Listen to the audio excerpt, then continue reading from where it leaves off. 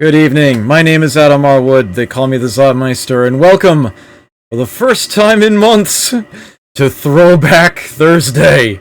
Yes, it has really happened. We are having a Throwback Thursday episode right here, right now. And it's a very unique one and a very special one because I will be playing a game that is so influential, so unique, so its legacy has just been astounding in so many ways, and yet it's so horrendously overlooked that I very much feel as though it is worthy of getting an entire episode unto itself. I am playing just one game tonight. That game is Alone in the Dark. I am going to start this off by diving right into the story time scene. I apologize in advance for this.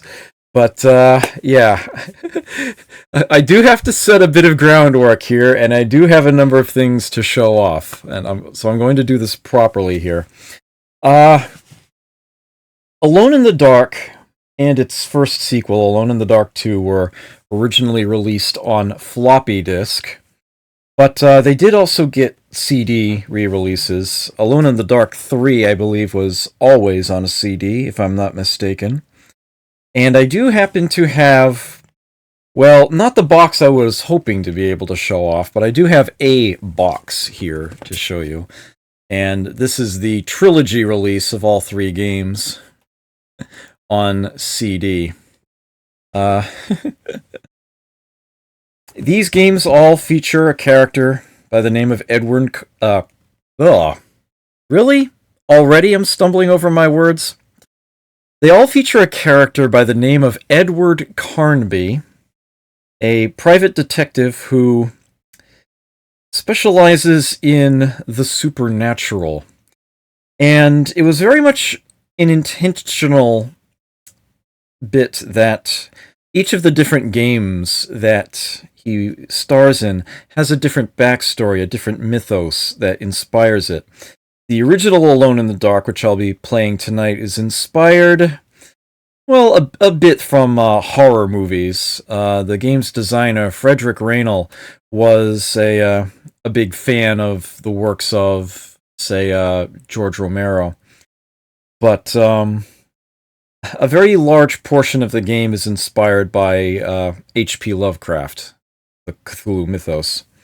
Alone in the Dark 2 actually takes you to Louisiana, studies in voodoo and pirates, gangster era, Hell's Kitchen, that sort of deal. And Alone in the Dark 3 actually takes place in the Wild West. Here's not that you can see it well on my Xbox Live Vision camera here, but there is the back of the box with some screenshots. All three games got the Golden Triad Award from Computer Game Review. And it's actually hard to see when you're looking at the box itself, but the camera makes it kind of easy if I tilt it. You can see there's actually like a watermark of sorts on the back of the box, the numbers there over the paragraphs. I actually kind of failed to realize that was there until the camera kind of showed it off. The front of the box there, yeah, the silhouette of Carnby works in the same way, actually. Pretty nice, neat little box. I want to say one thing right here up front about the CD version of Alone in the Dark. It has two, shall we say, upgrades. The first is that the music has been changed to something that sounds more like it uses actual instruments rather than, good old Sound Blaster-y sounds. And the result is something far less dramatic. It actually, I feel, takes a lot out of the game. I feel It reminds me actually of Jagged Alliance. I'm pretty sure I mentioned this at some point during my run. At least I hope I did. That I picked up an AW32 sound card and was really looking forward to listening to the Jagged Alliance music under the special options that card allows, and I did not care for it at all. It sounds lame in comparison to the original music. Alone in the Dark does the same thing. Not to mention that sometimes the audio seems to skip or otherwise not really start the next track when it's supposed to in the CD version. So, yeah, we'll be sticking to the floppy version of the music. Hopefully you'll enjoy it as much as I do. Secondly, oh my word, the voice acting. Oh, the voice acting. Oh! Why? Why did they even... They added voice acting. The game does have an awful lot of text, so it's nice that there's something there that reads it. It is horribly acted. I don't know who they got to do the voices in the game, but they are either completely ridiculously over the top or horrendously monotonic. And perhaps worst of all, they are so excruciatingly slow. It's like a word a second. It's just like, ugh. I apologize up front that I feel compelled as I play this game to actually read all of the dialogue, but trust me, I will do a far, far better job than whoever they actually paid to do it for the CD version. I promise you this. Absolutely promise you. Yes, get the floppies. Speaking of which, I have them right here in my hands. Magnuson Device, DatRev, N Sheiks, Gaming Trucker, and plenty of other people here too. Jezendars, McTrick, Skippy's here. Glad to see you all here. Yeah, exactly. It is absolutely horrible. Okay, so now I don't actually recall exactly when or where I got my original copy of Alone in the Dark on floppy. I'm pretty sure that Alone in the Dark 2 on floppy I bought when that was still new in a store. And that's a much taller stack of discs. There's 9, plus this extra Secret Doors disc I don't remember too much about. The CD version at least came with the extra minigame Jack in the Dark, so I'm happy to have that available. Yeah. Oh, and Alone in the Dark 2 actually has some extra levels in its CD version compared to the floppy. So from there, it's probably not so bad. But yeah, when it comes to the original Alone in the Dark, you want the floppy version. Yeah. In before floppy read error sound of horror, you have actually rather well predicted what I was about to talk about, DatRev. Quite well, as a matter of fact. So here's the thing. Oh, Soundmeister, hello, good to see you. Binary Spirit, hey. Oh, I will be getting into Resident Evil later. It's hard not to when you're about to play Alone in the Dark. Okay. I can't seem to find the box. I'm not sure if I ever had it. I want to think I did. One thing that I'm about 90% certain that I never did have at all, this wasn't included in my copy for whatever reason, was one of the 2 feelies, as they say in the parlance, that came in the box. A newspaper type deal called The Mystery Examiner. There was one included in the sequel as well, and I do have that one, but I don't have the one that came with the original.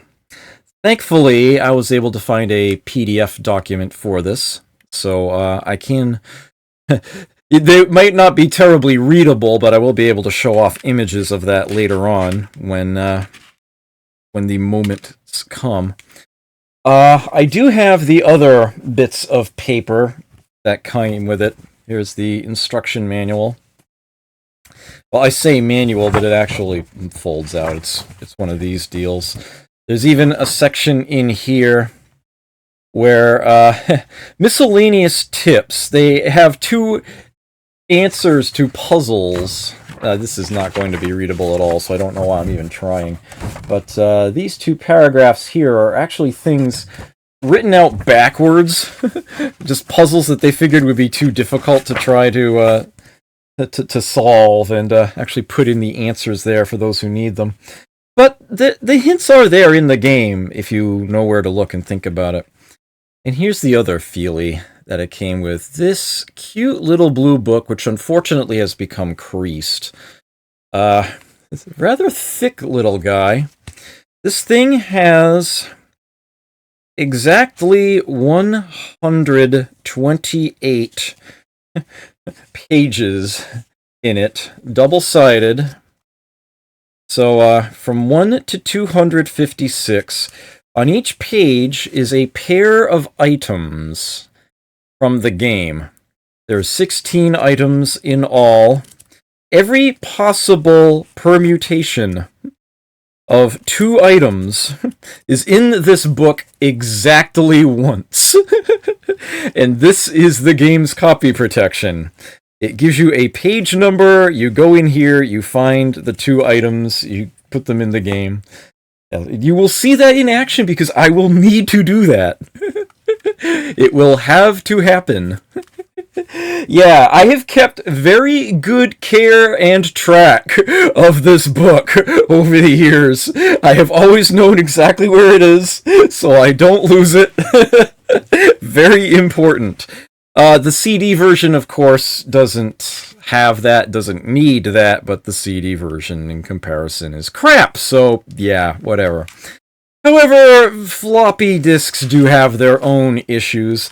I do have... Actually, I don't know if I'll be able to show this off reasonably without unplugging it. Oh, apparently not. I have a USB drive that accepts floppy disks. It's a floppy disk drive that you plug into a USB port. Very convenient, useful thing to have. And I did very much install the game as I am about to play it off of these very disks that you see right here. And, well, let's put it this way. This one right here, disc number 3 of 4, went bad on me. You are absolutely... Yeah. Dat Rep predicted that. Yes, this disc went bad. But thankfully, I prepared for that ages ago because I have a backup of that disc right here. That also went bad. You can't read it, but I wrote busted on this disc as well. Thankfully, though, the 2 discs that I'm holding here were not busted in the same places. Between the 2 of them, I was able to get good copies of all 5 files that are supposed to be on that disc. I made it an extra backup disc that actually works and has them all on there. I was able to get the game properly installed, and we're good to go. We can play Alone in the Dark. Yes, the backup went bad. But thankfully, yeah, it's like I was able to get like 3 of the 5 files off of this disc and the other 2 off of here. So thankfully, between the 2 of them, I was able to put together the disc. And we have ourselves an episode here. Yeah, I had to share that little tidbit. So on a slightly more personal note, my first experience with Alone in the Dark was actually the demo included specifically on the CD for the Interplay 10-year anniversary anthology collection. This would be the same disc that had everything from Mind Shadow to Out of This World on it. when I was streaming Out of This World before, although that kind of got lost.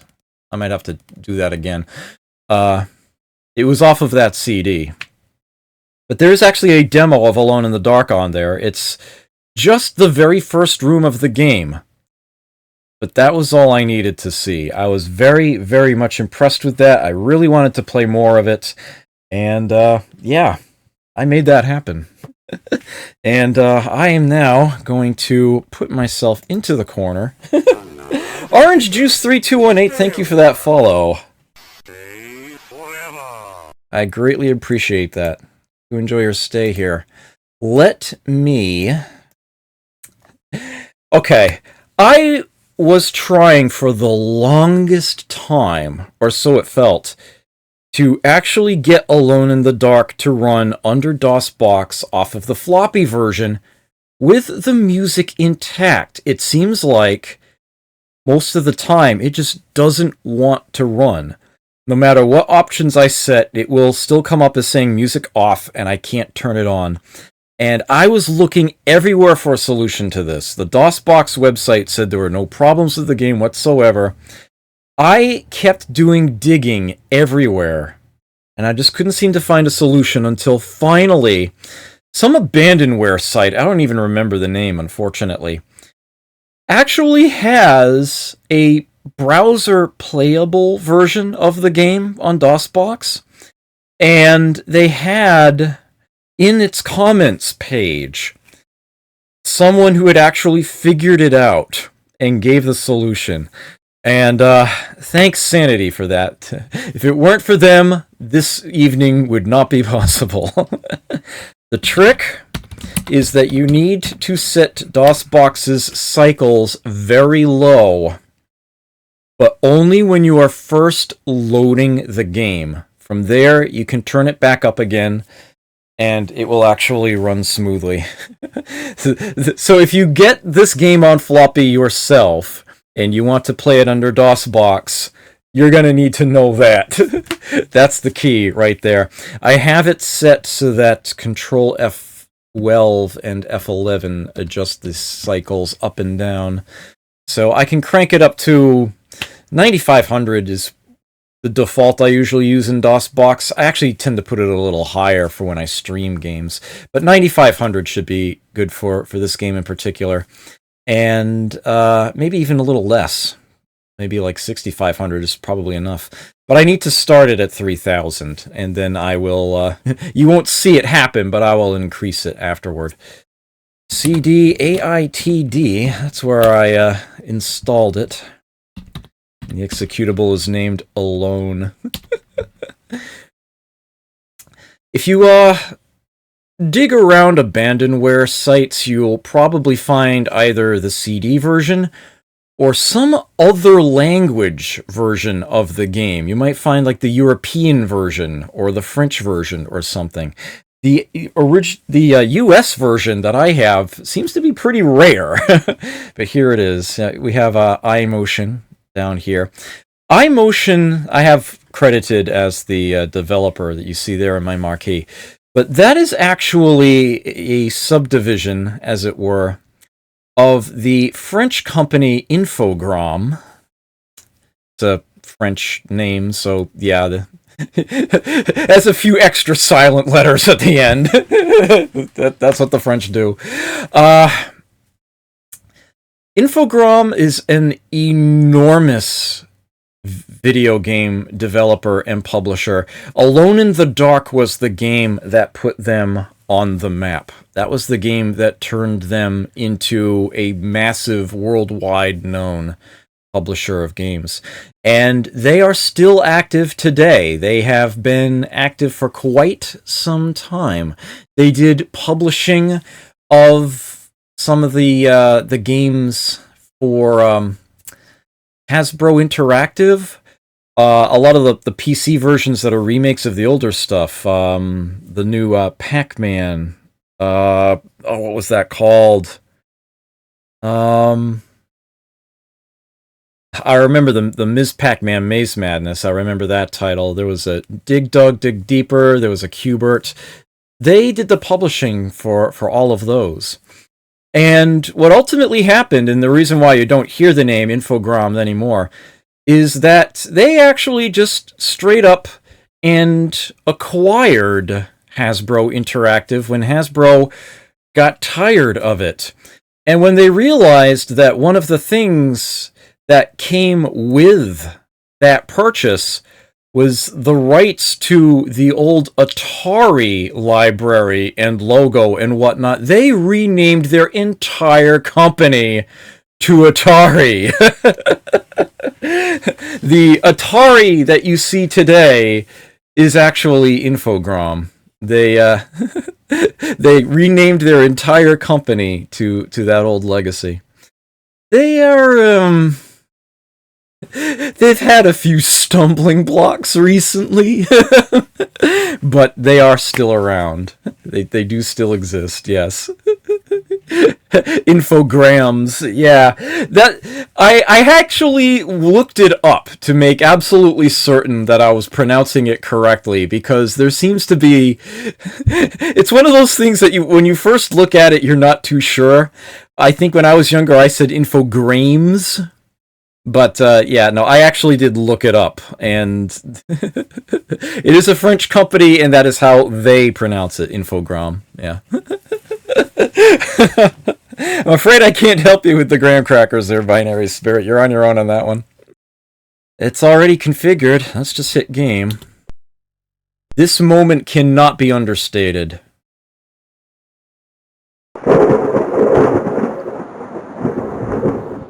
You have to understand that in 1992, that was a holy shit moment! That was one of, like, the biggest things ever. It's like, holy crap, it's 3D and it's spinning! Alone in the Dark, published by iMotion, produced by Infogrames, realized and directed by Frédéric Reynal. Unsurprisingly, some French names here in the credits.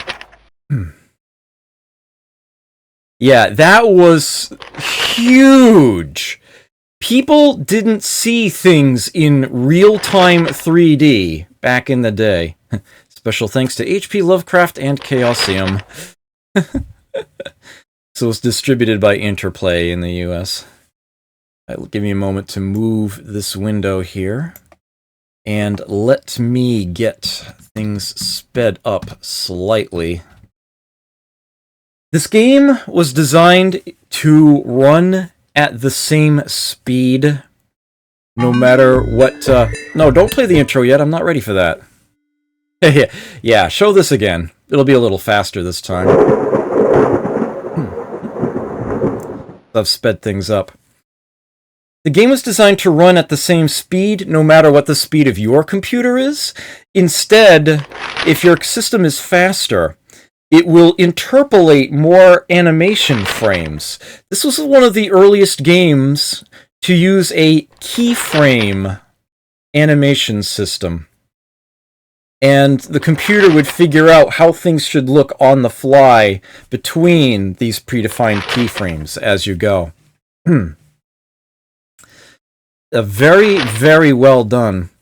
There were not a whole lot of three-dimensional games at all back then. This, oh man. If I recall correctly, it's going to start showing some screenshots of the game. Yeah.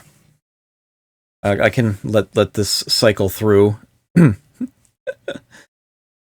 Various locations in the game that will pop up here and there. There's one of the zombie enemies. Note the character's face is different in that image there. It was actually drawn on. The character faces were one of the last things that the animators actually put into the game before its release.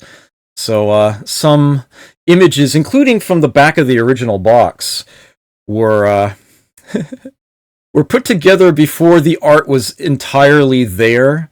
So they kind of had to fake it and just draw in placeholders. So that's what they ended up doing. They ended up leaving one image in the game there, that screenshot of a pre-rendered Character face. They missed a spot. Okay, so there's the copy protection screen there. My little book. I will hold very carefully. I turn to page 240. That is a lantern and a...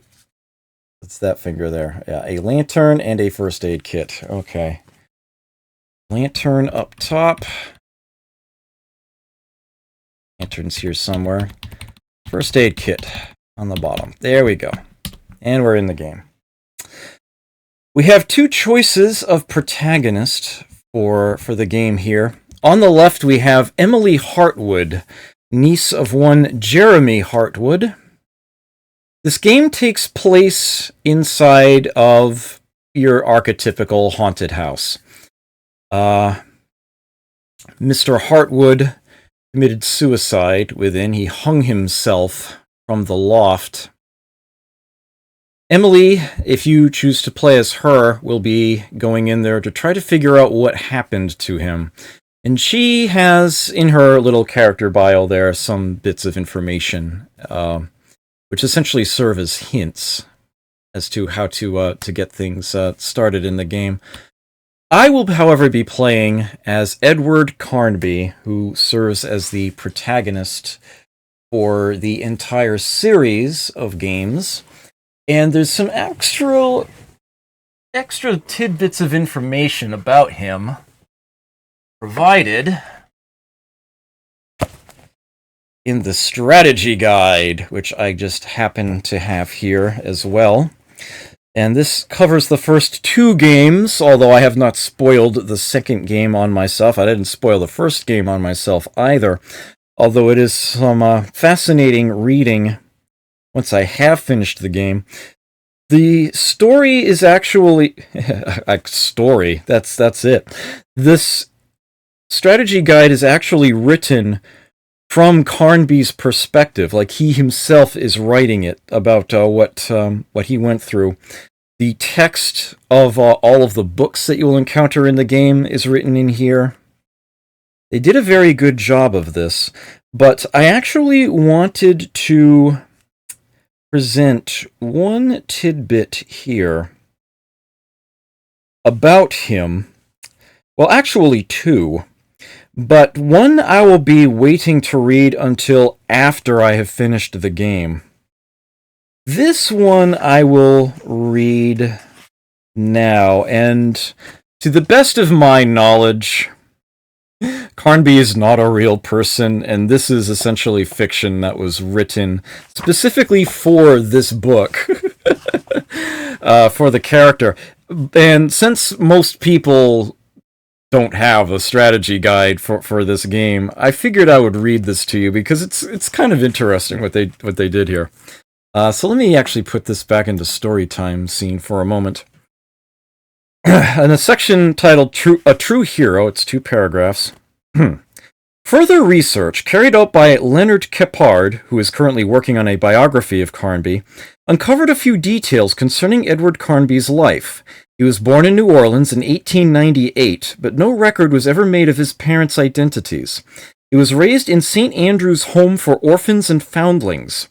When he left on his 13th birthday, the home secured for him a job on a farm outside of Plaquemine, where young Edward stayed for less than a week. Between 1911 and 1914, he apparently started doing odd jobs for a New Orleans detective named Ted Stryker. Carnby went on Stryker's payroll full-time in June 1914, mostly doing stakeouts and tailing people. Carnby volunteered for service in the Marine Corps the day after the United States entered the war in Europe in April 1917. In the trenches near the River Marne, he captured a group of soldiers from a Bavarian infantry battalion. He was escorting them to a collection point behind the lines when an artillery shell exploded nearby. Carnby went down, wounded and suffering from a concussion. When he came round, he found that his prisoners hadn't been so lucky. All but one of them had been killed by the blast. The remaining captive had either been buried by flying earth or escaped in the turmoil. Carnby still had the man's papers, though. He was a corporal named A. Hitler.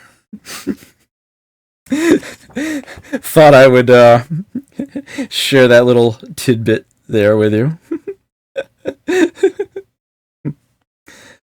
Well, we will let Carnby himself say how things went from there, or at least he would say it himself if this were the CD version. Trust me, it's better off if I read it for you. On my door, a dull brass plate says Private Detective. The few friends I have call me Carnby, the others call me the Reptile. I don't care to think what my banker calls me. These days I leave my letters unopened. Bills and threats to send in the receivers just ruin my day. When an antique dealer called Gloria Allen contacted me, I slipped into my best shirt, holstered my .38, and got to her shop as fast as I could. I was expecting something sordid, blackmail probably. Boy, was I wrong. What I was asked to do was visit a property called Derceto and find a piano in the loft. It was an old piano with secret drawers, the kind people who buy stuff in antique stores go crazy over. The Derceto house is supposed to be piled high with classy junk, furniture, books, paintings. It looked like whoever owned Derceto was about to get cleaned out. I was going to bring up the subject of money when Gloria Allen handed me $150 and a key. That's 1920s money. I kept myself from grinning at the thought of my banker's surprise. He doesn't like his victims getting away. I looked over a copy of the police report. The former owner of Derceto, a guy called a little error there, a guy called J. Hartwood, had hanged himself in the loft. The coroner concluded it was a clear-cut case of suicide. I promised Gloria Allen I'd give the place a look over. My report will be ready in a couple of days. I've been reading up on the history of the old house. It's the kind of place ghosts run away from in terror. Grisly murders, curses, lunacy. Luckily, devil worship makes me smile, so this is my idea of a paid vacation. Well, yes, the game takes place in and under a mansion, and your objective, as put in the game's design document, very simply, get out alive. That simple.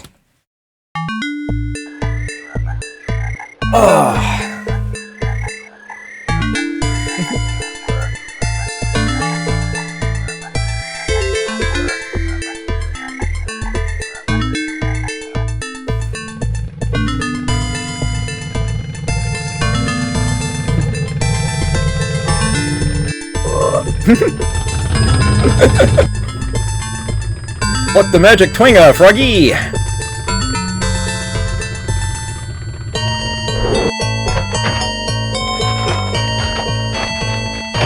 Right, so the backgrounds, of course, are all pre-drawn.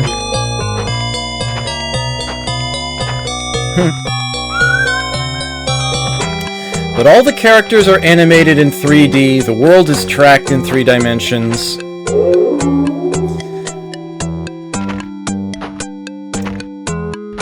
Where Out of This World showed what vector animation could do, this went to full 3-dimensional gaming here.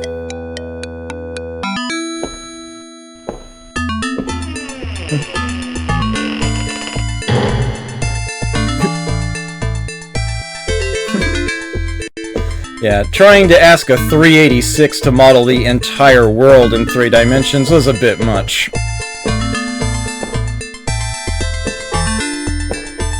So they kept the hand-drawn backgrounds. Apparently, at one point during development, they were going to use photographs, real-life images, instead of this, hand-drawn art here. But I'm glad they didn't.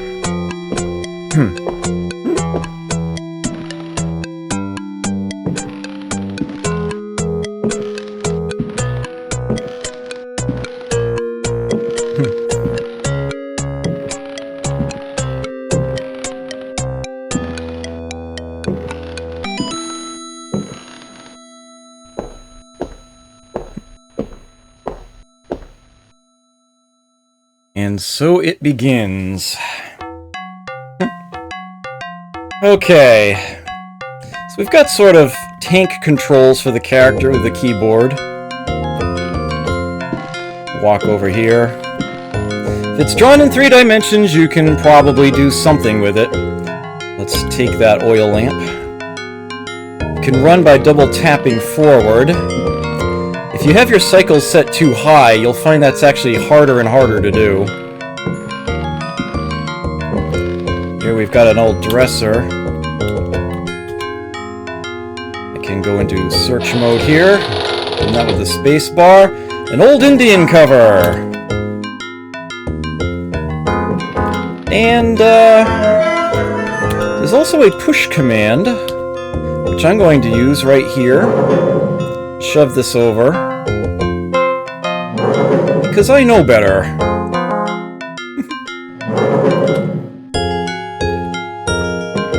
And I will come over this way. Oh! Oh, look at that! Something in the window! Oops, did I block that? Sorry about that! Alright, and that trapdoor looks a little suspect to me as well, so how about we just shove this chest over that? There we go. What might be in this chest, after all?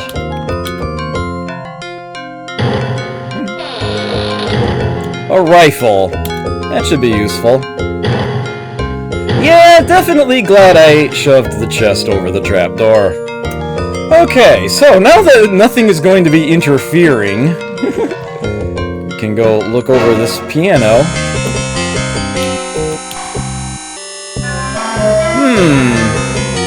Nothing here. They said secret drawers, though. Maybe if we check the side? There we go. A letter. So, how about we read that? Yeah, so here's our inventory. Character actions are listed here. I don't know if you can see the mouse cursor or not. You actually can. Okay, excellent. This number over here is how much health we have. If that hits 0, it's going to be game over. That should not be happening. There should be little risk of us losing this here. As perhaps you've already noticed, there are enemies in the game, there are monsters, and you can fight them. In fact, you have a nice little fight command here. In fact, I will select that and show this off. If you hold in the space bar, you enter fighting stance, which is actually rather amusingly animated. And then you can hold in left for a left hook, and hold in right, and up and down for kicks.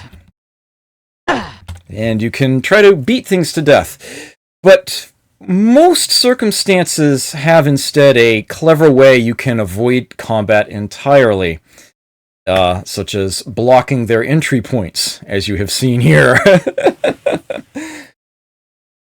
Yeah, a little bit of genre savviness goes a long way. Speaking of genre, you may already be thinking, this game reminds me of Resident Evil. That's very much intentional. From the other end, Resident Evil was, more than anything else, a modern, for the time, Alone in the Dark. That's pretty much exactly what it was. That was its entire design principle. Make what Alone in the Dark would be for a PlayStation era game. And, yeah. They ended up copying quite a few things over. You know, the backgrounds, the character animations, the horrible voice acting, and, yeah, the front door. But we'll get to that. Yes, if it were not for Alone in the Dark, the Resident Evil series would not exist. Silent Hill, if it did, would be something very different. Very, very different. You may have noticed that the music has stopped. The music in this game is, I believe the term is incidental. It only plays when certain things happen. There are some music tracks that only play once. You've heard really?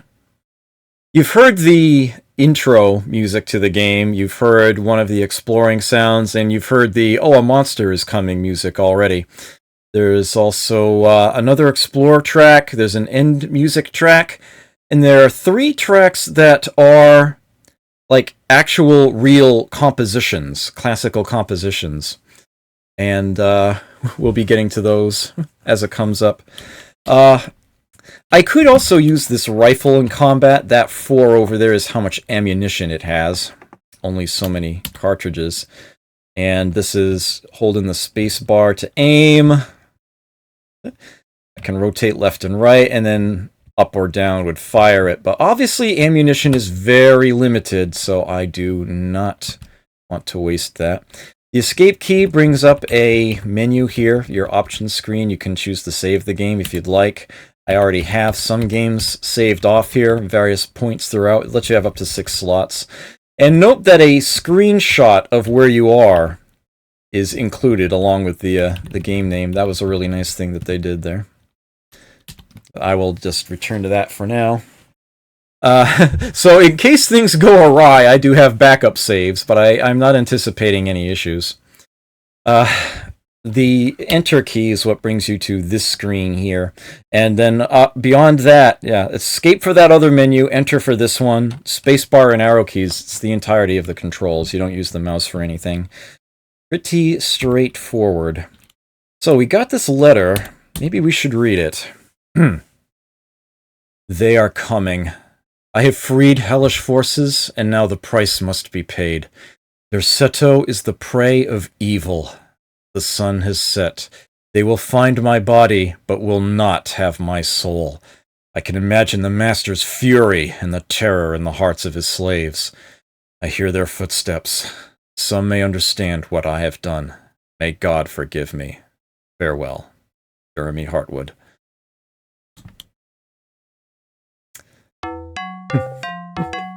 Now it's playing the Explore music again. That will be explained a little later, and you can see now the item's actually being renamed as Jeremy's letter.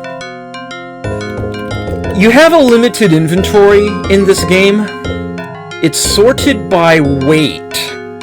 It's not how many items you have, it's how heavy each item is.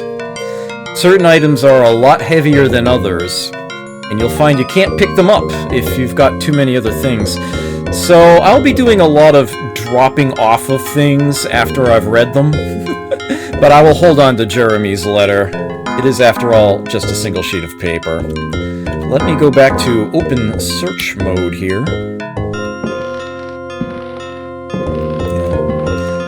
The different camera angles are, of course, based on where you are in the room.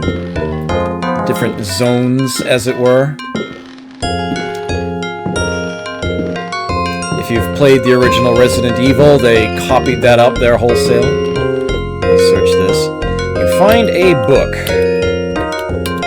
So I will read. Yeah. Hello, King Cool. Goodbye, King Cool. Fragment of the Myth of the Golden Fleece. Translation Edouard de Villebon, Hesperides Publications. Apparently, if you know a lot about Greek mythology, there are a lot of dots in these stories that you can then connect with that knowledge, and it ends up making far too much sense. Which is particularly interesting because when this game was developed, the story was one of the last things completed. The game engine, the 3D engine, came first. That was actually the main thing that Frederick Reynal was working on, was the 3D engine for the game. Wanting to make a game around it just happened to, the idea of making a horror game was presented to him by the publisher. He's like, oh, I will gladly do that. And, he made the Haunted Mansion and all that, designed the rooms, the layouts. The story was developed pretty much after the fact. Legend has it that there was a single company meeting that lasted fully 3 days, where literally the entire team that had worked on the game came together to try to actually figure out a story for a plot line. And it was apparently operated not unlike a Dungeons and Dragons campaign. Hunting and pecking through bits and pieces. It's like, oh, that should happen here. All right. Essentially storyboarded the game after the entirety of it was otherwise designed.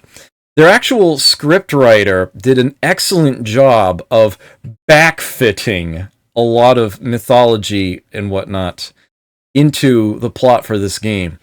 And this is a very strong element of it. Most of the game's hints, well, some are visual, but a lot of them come from these books, these texts, and there are a lot of them. And this is one of them. I should mention that this is not an actual fragment of the myth of the Golden Fleece, but for the purposes of the game, well, it serves the purpose it needs to.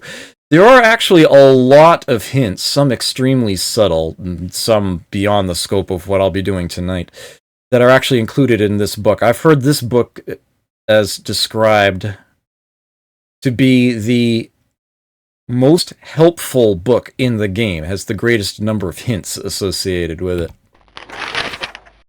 At any rate, then Perseus came across Ichthys, who had been turned into stone. He spoke to his companions and said, "Beware of the Medusa. He who looks into their eyes is doomed to the same fate as that which befell poor Ichthys, and will never more set eyes on Seriphos." "Must we go blindfolded?" asked Eumolpus. "Take up your bronze shields and polish them until they flash in the sun," answered Perseus. "Fill your hearts with courage. May Artemis guide us as though we were an arrow from her quiver." But Eumolpus was not satisfied. "Why do that, Perseus? Is 3 inches of sharpened metal not enough to destroy these accursed creatures?" Then Perseus drew his sword, which shone and glittered in the sun, and with it he dazzled Eumolpus. "Now what can you see?" The companions of Zeus's son laughed. "Let us set to work, so that our shields may shine like mirrors." These books will get heavy, so I will go ahead and drop it. Dropping things in this game is, well, a little weird. Extract from the Golden Fleece. I should be able to set it down here, and then step away from it. It will let me pick it back up again if I walk back to it. But trying to set things down tends to be very finicky. If there's anything anywhere near you, typically, it won't let you do so. And actually notice it let me set it down there, but then didn't let me pick it back up. In the interest of showing off just how flaky this is. Weird. You will often say you're blocked from setting something down. Yeah, there is no room. You can always, guaranteed, set something down by throwing it instead. If there's no room to throw it, it will immediately end up at your feet. The downside to this is that the moment you try to step away from it, it will actually prompt you to pick it back up again. Actually, come to think of it, let me go ahead and grab that, so that I can show you what throwing looks like when you actually have room to throw something. Always travels in a perfectly straight line until it hits something. They meant to put in a better throw mechanic, but never actually got around to it. This stool actually is a 3D object. It can be moved around. You can actually use the stool to block the trapdoor as well. And here is the least useful, but one of the more entertaining 3D objects in the game. The rocking horse. Which actually does rock if you nudge it, but otherwise doesn't do a bloody thing. There is nothing else up in here. And this was literally everything that you could do in the demo. The only difference in the demo is that the monsters will indefinitely respawn if you don't block them in. So you've got plenty of time to, plenty of opportunity to practice your fighting, as it were. So let's get him down here. And this, of course, is the other change in the demo version. You just dead end in there. Here, you actually go down the stairs. Okay, so there's nothing in anything on this side. But here on the right, you'd think that rope would be important, but no. The only thing over here is an oil can, but that is actually extremely important. Because that lamp that we started with has no oil in it. That's a 0. So we can't actually use this. Yeah, the lamp has no oil. And even if we... now we have oil. Let's go ahead and use that. The lamp is now full.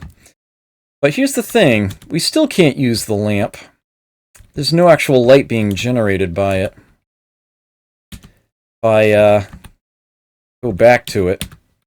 yeah, it says this lamp is off. We don't have a means of lighting it. That will have to be remedied, because the in the dark of the title is actually literal in a few spots. At any rate, we do not need this oil can anymore, so let's set that down. And you might have missed this leaning up against the edge there. We've got ourselves a nice bow. This item is actually optional. But I'll go ahead and take it, mainly for thematic purposes. Hey, Rufford, good to see you here. Okay, now you may notice from this angle, and if you were watching the intro carefully, you may have noticed it there. The floor looks a little different in the center of the hallway. It looks a little dodgy, doesn't it? Yeah, there's good reason for that. Now, for several points of this game, I will be making a safety save and then intentionally doing something dumb to show off what happens. And this is one of those times. So let me go ahead and... oh, that's not the screen I want. This is the screen I want.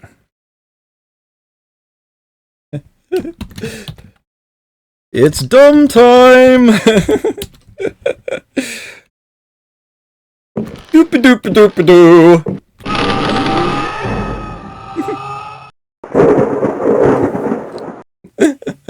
Instant game over.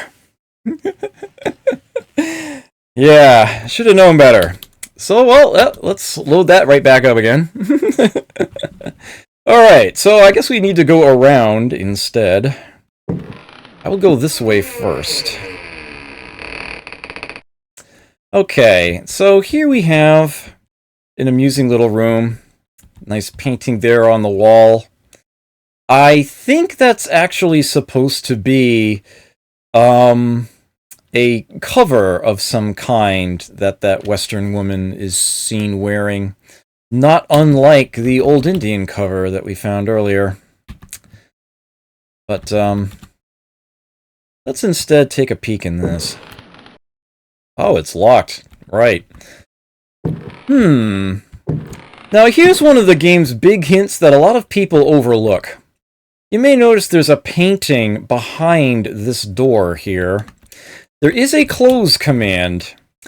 It's not of much use in most spots of the game, but this is one of them.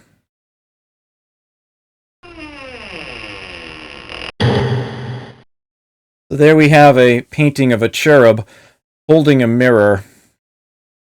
And if people thought to actually fully explore the room and see what that was behind the door, they would have made the game's first big puzzle a lot easier to solve. A lot easier. But, an interesting thing happened when I shut the door. I should point out that if I had stepped into the center of the room onto this rug here, that would have shut the door automatically as well. I could have avoided the door closing by well, A, not closing it myself, and B, sticking to the outside edge of the room. But because I want to show things off, I actually very much did want to shut that door. And search this desk over here. I said we can search this desk over here. What is going on here? There it is. Found a key. And as you might imagine... Well, yeah, you can nudge the chair. It doesn't really do much. That key does, in fact, open this chest. We actually have to pick the key, use it, and there it goes. And we have ourselves an old cavalry saber. They mean old literally. It can readily break. I can still use it a little, but... And I actually can break the thing and then still use it for what I need to use it for, but I will let it remain intact. So, let's open up this door. And, oh look, we've got company. That's okay. Because I have a firearm.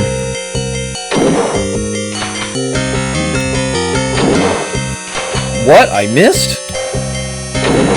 There we go.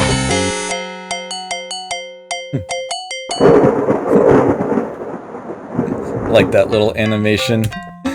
Enemies go away. Well, this room was a dead end, but that was a useful item that we grabbed there. To get across that gap on the floor, we're gonna have to go this way. There is nothing in this room. You would think there'd be something there, but no. But, I'm actually going to stand back here for a moment because... yeah, we got more company. And this zombie is a lot more dangerous than that first one. Because it's faster. As a matter of fact, I don't even necessarily need to fight it. I don't think it's going to see me back here. It will follow a set path and then double back the way it came, and then I can just shut the door on it. Don't think it will see me if I just wait it out here. I could have shut the door as soon as I came into the room, and then this wouldn't have been a problem. But, what fun is that? Hey Cap, good to see you here.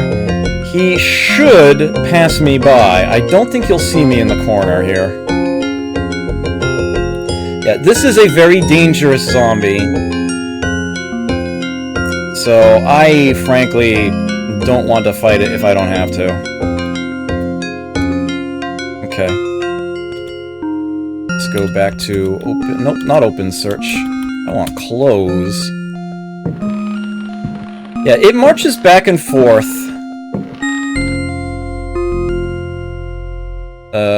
Come on, Carnby, work with me. There we go.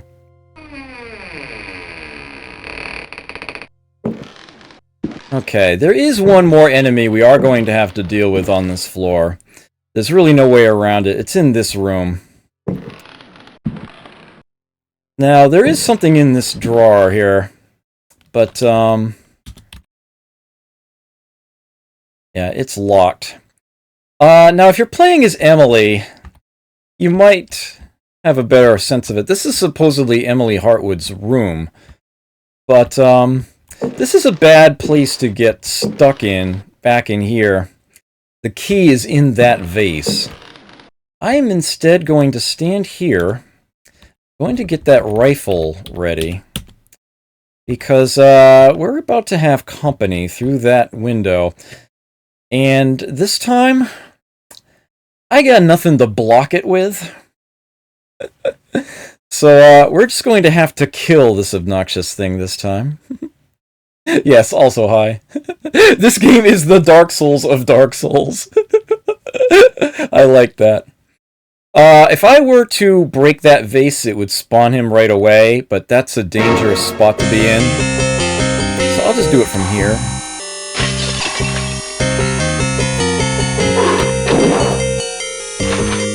Whoa! How do you get turned around? Uh-oh, this is bad.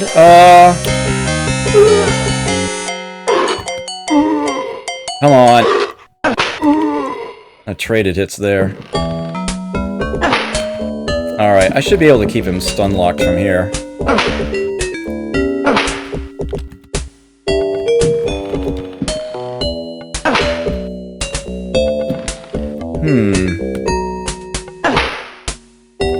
Now I've got him pinned.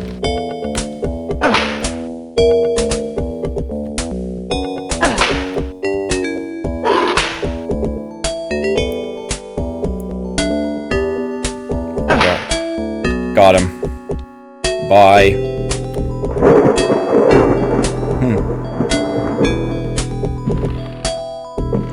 Okay, so with that having been done, I lost 5 health, that's fine. Let's throw this. Instant way to break it. We will leave the broken vase and instead take the key.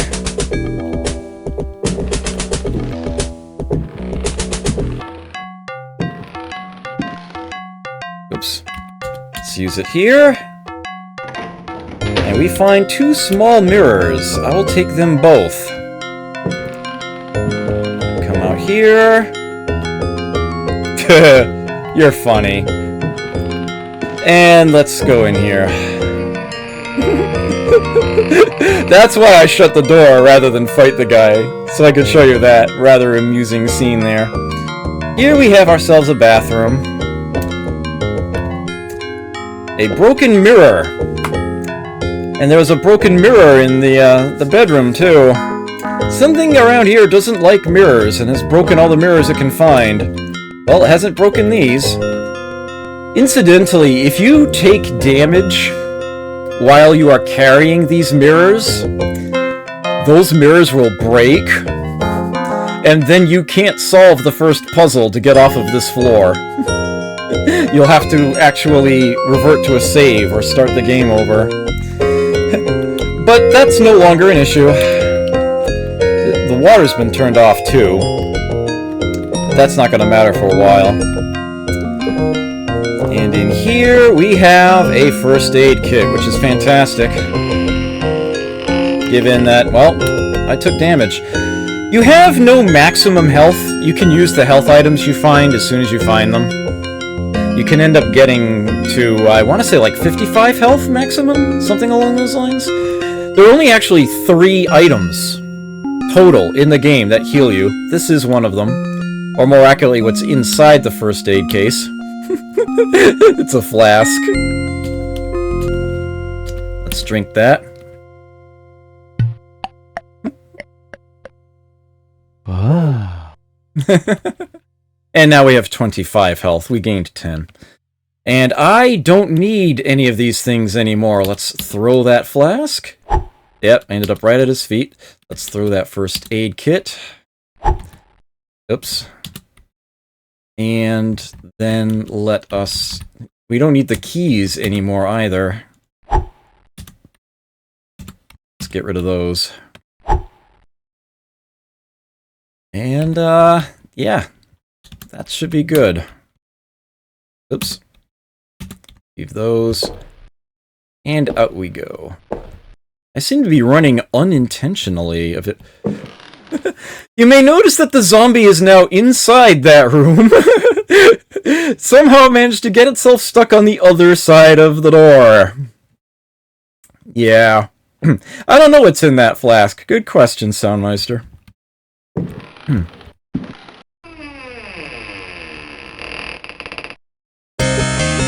And, well, here's the stairway down to the main part of the floor, but yeah, we got some very unpleasant-looking creatures here. These things are invulnerable to combat. You cannot damage them. You cannot sneak past them in a manner, at least once they're here. There's actually a speedrunning trick you can use to get yourself down one of the stairwells before they spawn. And you do this by actually getting to the stairwell as the bird monster, whatever it is, in the bedroom is hopping through the window during that cutscene, they will not spawn these gargoyles at that time.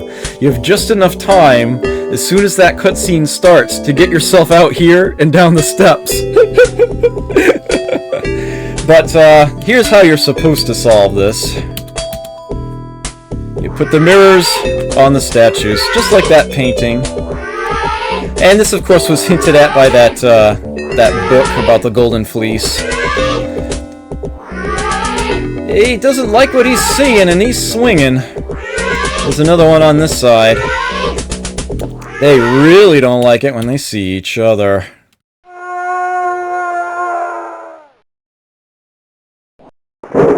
Bye-bye.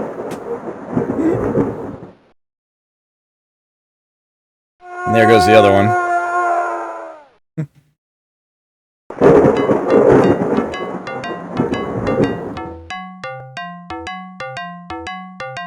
The speedrun for this game is less than 7 minutes. Or at least the any % speedrun is.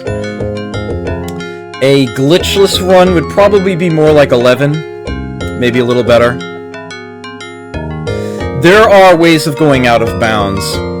Clipping through things. It still keeps track of everything in 3 dimensions, so there are a lot of ways that you can sort of sneak around into areas that you're not really supposed to get into. It's like, oh, what's this? A big giant maze? How about I just climb up the wall on the side of it? That sort of thing. If you are interested in that type of deal, there are some on YouTube you can watch. At any rate, we do not need to go up to that floor again for anything.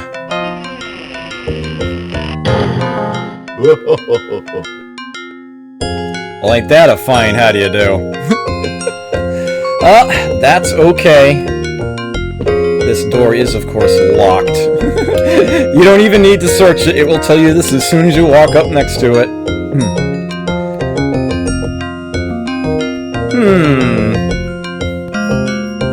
Did he laugh? Was that laugh this guy?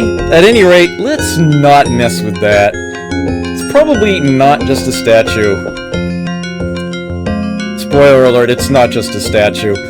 And it's also immune to damage from every source except one. I could hit it, and that would wake it up, and it would just basically pace back and forth across the area with the door. And it will try to swing at Carnby if he's around. How about I not do that? Let's just not take any chances with that whatsoever, and instead go this way. Now, what we have through here is actually the open stairwell down to the first floor. I want to come back up to this floor in order to sort of explore that first, but it's dumb time. I need to show you what happens if you try to just straight walk out the front door. So let's save it. It's dumb time. Yeah, I'm out of here.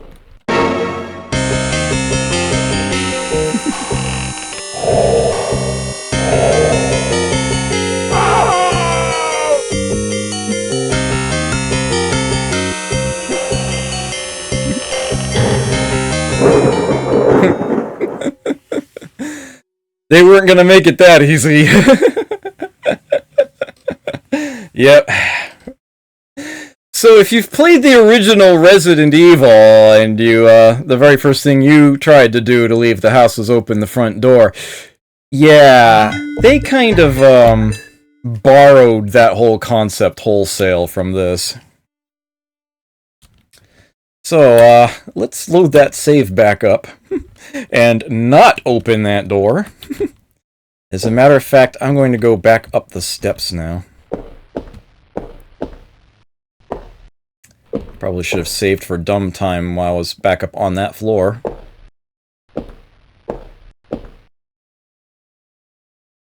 And you can see I'm actually on the other side of the stairs now. Either side leads to the same place. See if I walk this way. There's the statue.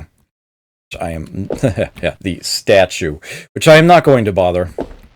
Let's go this way instead.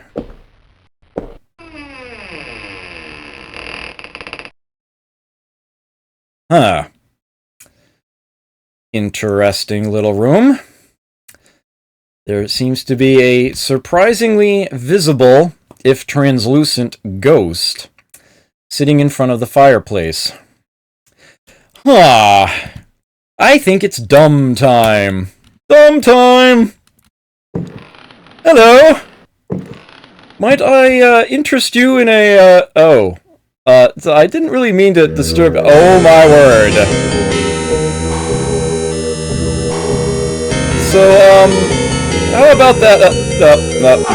Nope, he's dead. But an interesting thing is going to happen here. It's not instantly the end.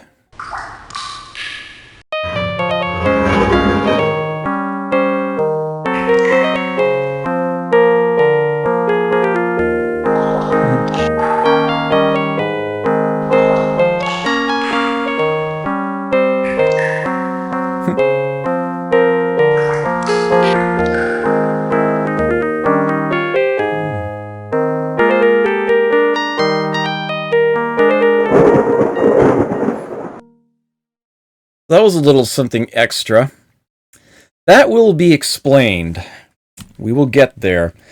In fact, the areas that you just saw, we'll be getting there. That's whereabouts. That's near the end of the game. So let's load this save back up, and let's not bother that ghost. Yeah, the ghost does what, like 50 damage on a hit? So that's a problem. Instead, let's look in here. A box of cartridges. This is one of the few boxes in the game that doesn't leave an empty box behind when we use it. Here we go. The rifle is now reloaded. We have 8 more shots. And I will stay behind the ghost and give it a wide berth as I take this gramophone.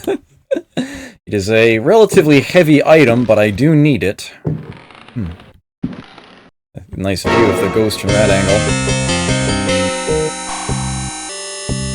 Nah, we're fine. You can actually get a little bit of info from this painting here. A photograph of Jeremy with his niece. And if you are playing as Emily Hartwood, it will actually say, oh, it's a photo of me with Uncle. BBC, thank you for that, host. I appreciate it. Oh, Gettysburg, hey, good to see you here. Over here we can take a poker from the fireplace. You can use it as a projectile weapon. That's about it. It serves no other purpose in the game. I'm just going to leave it there. The matchbox, on the other hand, that I will take, because that will allow us to light the lamp. We can now actually use that. And we will be encountering some rooms in the dark fairly soon. So I will be able to actually explore them. Running is a little finicky in the game. It's double tapping up. I want to say you have like 4 frames or like something like 4 CPU cycles or whatever in order to get on and off the key. Those 2 times in succession. Basically, it's press, release, press, and hold in order to keep running. The higher you have your CPU cycles going, the harder it is going to be to run. Somebody did make a utility that essentially hex patches the executable to change just that one thing. I have not done this, but that is an option if you just plain can't get it to run. I could probably crank up the cycles a bit more. I've actually been running unintentionally a few times with it at 6500 as I have it right now. But I think I'll leave it as it is, mainly for consistency's sake. So on this side of this floor, we have ourselves a hallway with a bunch of other rooms. I'll just tackle them in order. In this room, we have a surprisingly empty-looking bedroom. There's nothing in there.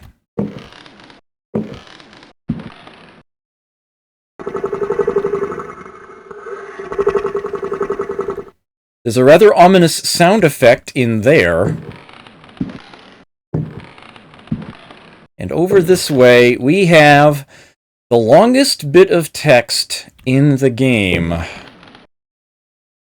A notebook with Jeremy Hartwood's initials on it. JH. And the moment I take this... that music, you knew it was coming. So let me get this rifle out. What?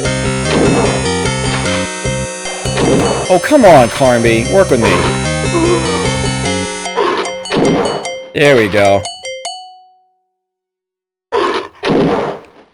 Bye. I don't know why I'm having so much trouble aiming with the rifle tonight. But that's okay. There's... freaking fly.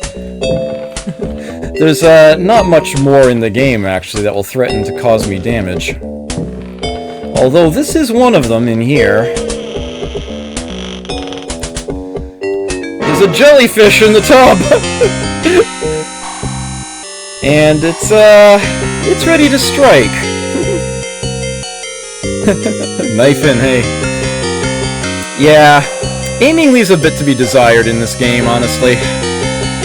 But then the original Resident Evil had the same problem. There's actually no means of getting rid of that jellyfish. You may wonder how I know it's a jellyfish. Well, A, it looks like one. But B, remember the reference to the Medusa in that Golden Fleece book? Well, it turns out that Medusa is also French for jellyfish. And this is a French game, so yeah, it's a bit of a pun. Anyway, there are two things in here that I want. I'll just go in there and grab them real quick. One is that jug. Oh, really? I actually took the hit on that. Ooh, and that was a painful hit, too. Well, the other thing is still worth getting.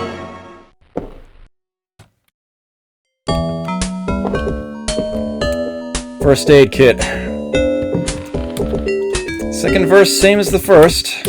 There's a flask in it.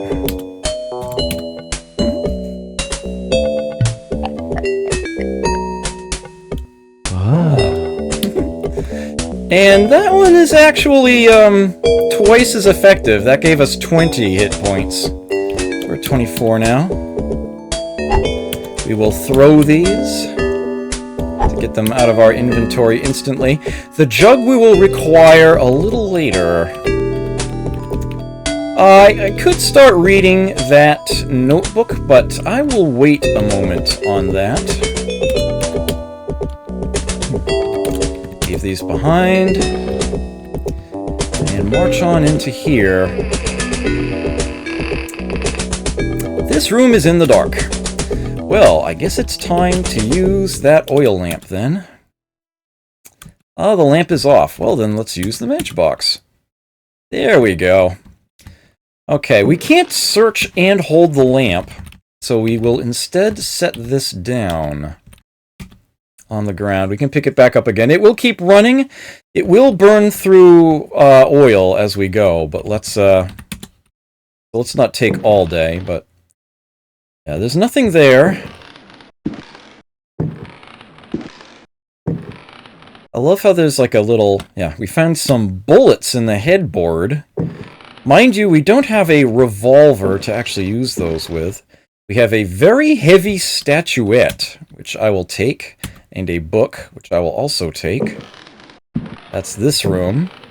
Now we'll, of course, pick the lamp back up again. And let's get on out of here. Now, if I go back to open and search, we can stop using the lamp.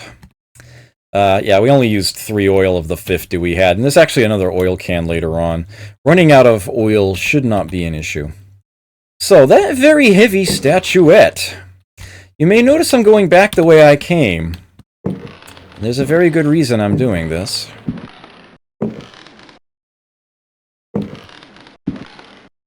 Remember how I said that that knight is immune to damage from all sources except one?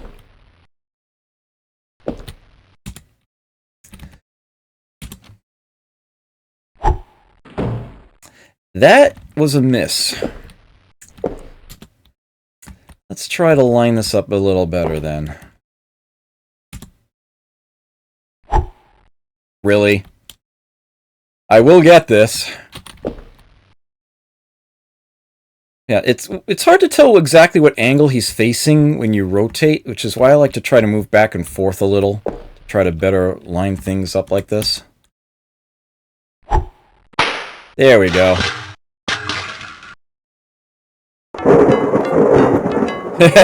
Throw worse than an XCOM soldier. Nice one. Yeah, there he goes.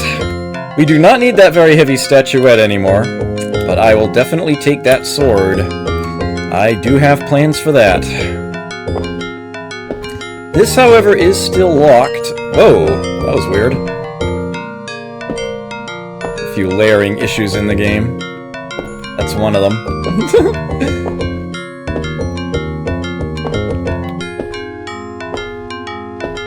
So, back to this hall. I think you can get a leg out there, Carnby.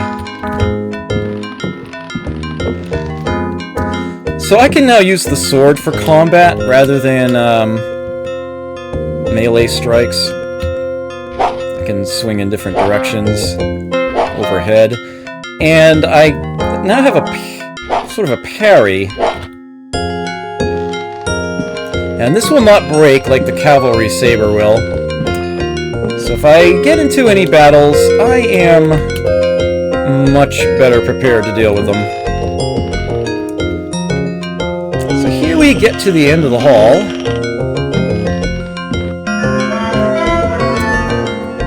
Nice looking painting there of a frontiersman. Bit of a gallery down there. Now, I am going to, without explanation, now turn back around and not go further this way. I will, explain that later. You may also be wondering why it is that, well, how you were supposed to know that the statuette would take out the suit of armor.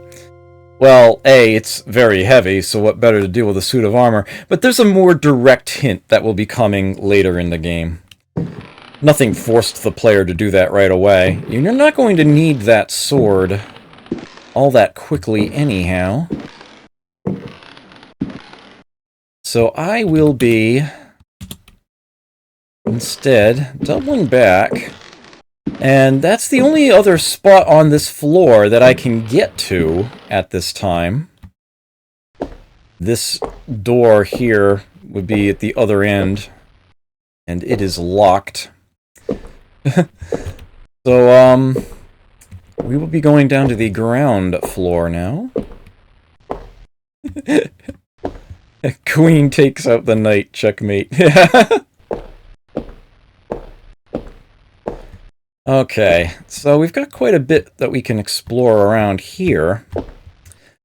I will be starting with this door. This being the kitchen. Pot of soup. You might think this would be a healing item. You'd be wrong. Ugh, some human flesh. Yeah, he's not going to do anything with that. At least, not with his mouth, anyway. What's in the pantry? Maybe there's some real food in here. Wouldn't that be nice? Ooh, a key. Don't mind if I do. Yep, biscuit box. Let's take that. Let's eat those cookies. Yeah, you feel better. 5 more health. And that 29 health that I now have is going to have to last me the rest of the game. I'm not concerned. But, bad things can happen. That's why I got the safety saves. In here, we have a couple of knives, but I will be leaving those behind. I have no need for them. They're not all that useful. Here we've got a sink. Again, no water. It's been turned off. And here we have something that you don't see in houses much these days. A coal closet. When you've got a good old-fashioned wood-fired stove like that, coal closet is one of those things you might need. I am going to get that sword ready because I'm about to enter a rather confined room. Yeah, I knew it. Well, I'm much better prepared for this guy.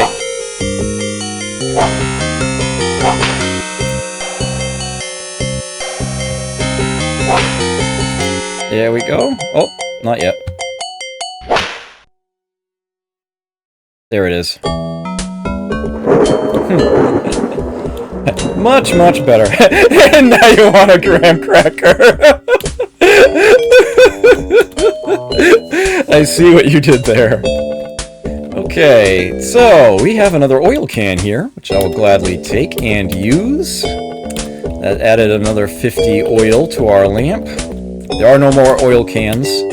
That will have to settle us the rest of the game, but that's plenty. Hey, a jug of water. That is a barrel of water. Here's our jug. Let's use it. You fill the jug. We now have a water jug. Eat, drink.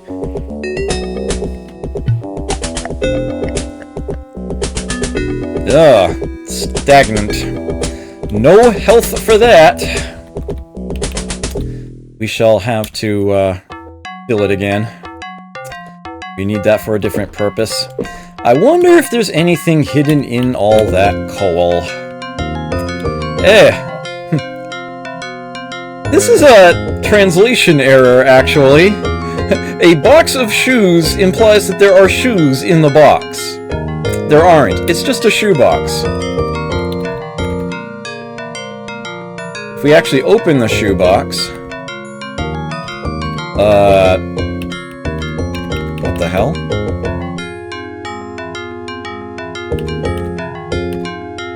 Really? What did I do? Not take it?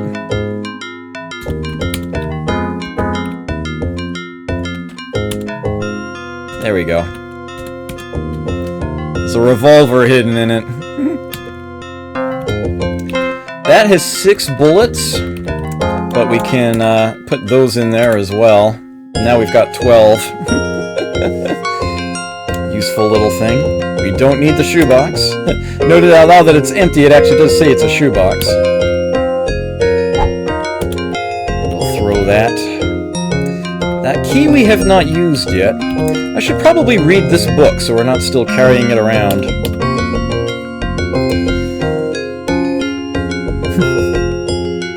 Really, music? Yes, you can just keep loading the chamber, and you can just keep holding more bullets. A Brightness from Afar by Lord Boleskine, an account of his celebrated voyage to New England, 1824, Alistair Publications, Cambridge. Following a splendid journey, the sunny harbor came into sight. The locals were much impressed with one's arrival in their midst.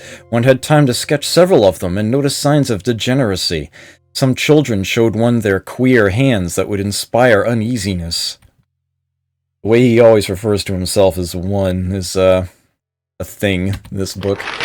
Upon the promise of a few coins, a child has undertaken to reveal to one a most prodigious phenomenon of a natural order. One admits to being skeptical as to the prodigiousness of the marvel, whatever it may be. Indeed, one suspects it to be little more than an evening stroll to some charming wooden hut situated in the forest hereabouts. One will nonetheless go, for it is always well to submit to such local enthusiasms. One admits to being somewhat flabbergasted. Somewhat flabbergasted. Anyway. The Milky Way shone like the fires of the apocalypse from the inky celestial vault. Certain distant stars, normally invisible to the naked eye, were clearly visible, glittering indeed with a strange intensity. The heavy clouds that had settled above the village had no hold over that place. It would be pointless to offer here the names of the constellations when perceived in utter clarity. Apart from the interminable length of such a list, one might conceivably risk being charged with exaggeration. The cross cast its shadow on the ground. The sea in the distance was dead calm. Tonight one will return to that spot and draw those stars. Tomorrow night one will at last see Halley's Comet in all its brilliance. The youngster will carry torches. Despite one's developed sense of direction honed by years of travel, one feels incapable of finding one's way through the dark forest unaided. The drawings will, one is convinced, set light to the souls of men. Such a moon! One lost count of the craters, so sharply was their definition. Loath as one is to seem excessive in one's appraisal, one cannot but feel that the forest clearing is indeed a place outside the common laws of time and space. Surely it is not an hallucination. How strange to consider that idle conversation, some research in the British Museum and a voyage to this backward village, should culminate in so astounding a discovery. It may be that others have noticed the extraordinary nature of that place. How else may one explain the presence of that cross? So apparently there's a crucifix planted in this spot to mark it. There's a bit of description here, and will be some other references also, to a game that wasn't released yet. This game came out a little bit before Infogrames... Whoops, I mispronounced it there. Before Infogram came out with Shadow of the Comet, a Call of Cthulhu role-playing game. And it was the hope of Infogram to take Alone in the Dark in that game and a third that they wanted to make and sort of tie them in together to make a whole Cthulhu trilogy. And Chaosium was like, because that's what Chaosium does. They have made a living off of going, How it is that they were able to take something that's in the public domain and basically, what's the term? Blackmail pretty much every other game company in existence that wants to do anything even remotely related to Cthulhu is beyond me. But yeah. There you have it. That's Chaosium for you. And, yeah, there are some references to Shadow of the Comet in this game. Because they were hoping to tie them together, even going so far as to have a puzzle in this game where the hint to solve it is actually in that one. I've never played Shadow of the Comet myself. I would like to at some point. I don't actually have it. I never had. But, yeah, suffice it to say, I do know what I need to do when I get there. And it's not that unreasonable to sort of figure it out yourself. Yes, extortion. Exactly. It's a little weird. At any rate, so don't necessarily expect everything that you encounter here to make sense, because some things are actually referencing things outside this game, and indeed outside of typical mythology or other forms of mythos. I don't believe there's anything in here. Oh yes, that's right. There is actually a second matchbox, but you only need the one. I don't need to keep that for anything. So there we go again. Throw it. Alright, so behind this door, this is something that I did not know about back in the day. It was specifically for researching this night that I learned this was a thing that you could do. In here we have... Oh, not yet. In here? Yep, a zombie dinner party! Now, if I were to step forward from here, that door would shut behind me, and these zombies would wake up one at a time to fight me. I could actually, attack them when they're in their chairs, If I don't kill them outright, if I'm not careful, then I could actually have multiple zombies chasing me at once. And, yeah, the doors will all lock until all the zombies are gone. And this would be the biggest battle in the game, 5 zombies. You know, I've got the sword, I've got ammo in the revolver and the rifle. As it turns out, you don't have to fight them at all.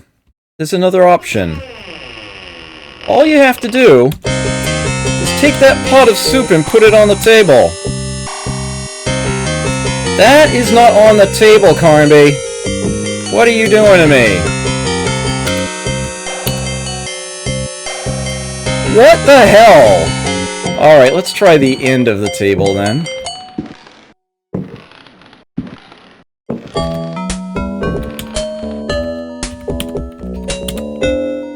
There we go. And now the one that's roaming about will just take a seat.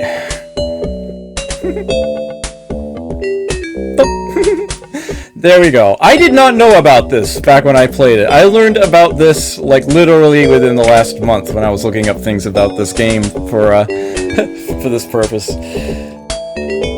There you have it, and unless I actually attack them, they will not bug me, and the doors are again unlocked.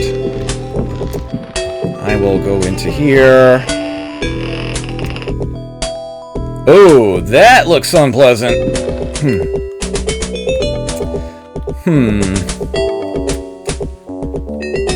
Smoking is not good for you. It's not good for you at all. Thankfully, I have a solution to this. If I do this quickly, anyway. Oh, a lighter on the table. Well, I'll grab that real quick.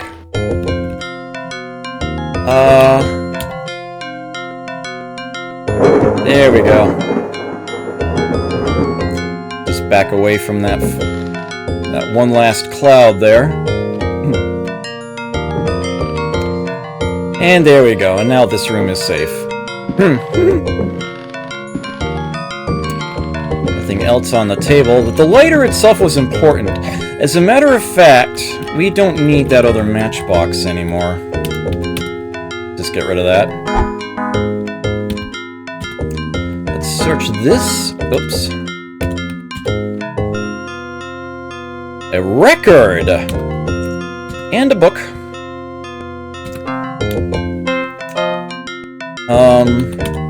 Let's get out of the way there.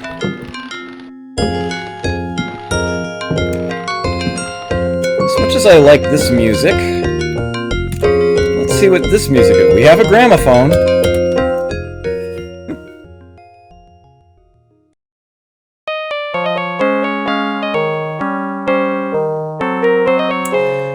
You might have heard this music already when you saw Carnby being dragged. This was the music that was playing. This is Chopin's posthumous opus. What am I saying? Posthumous opus. There's a tongue twister. 69, number 1.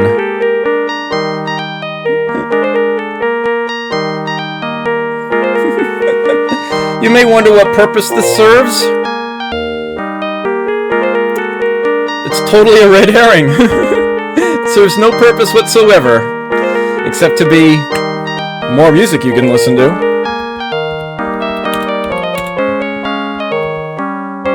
Two other doors in here. This one is locked, and we do not have the key for it. We do have a key, but it's not the one for that. Here we go.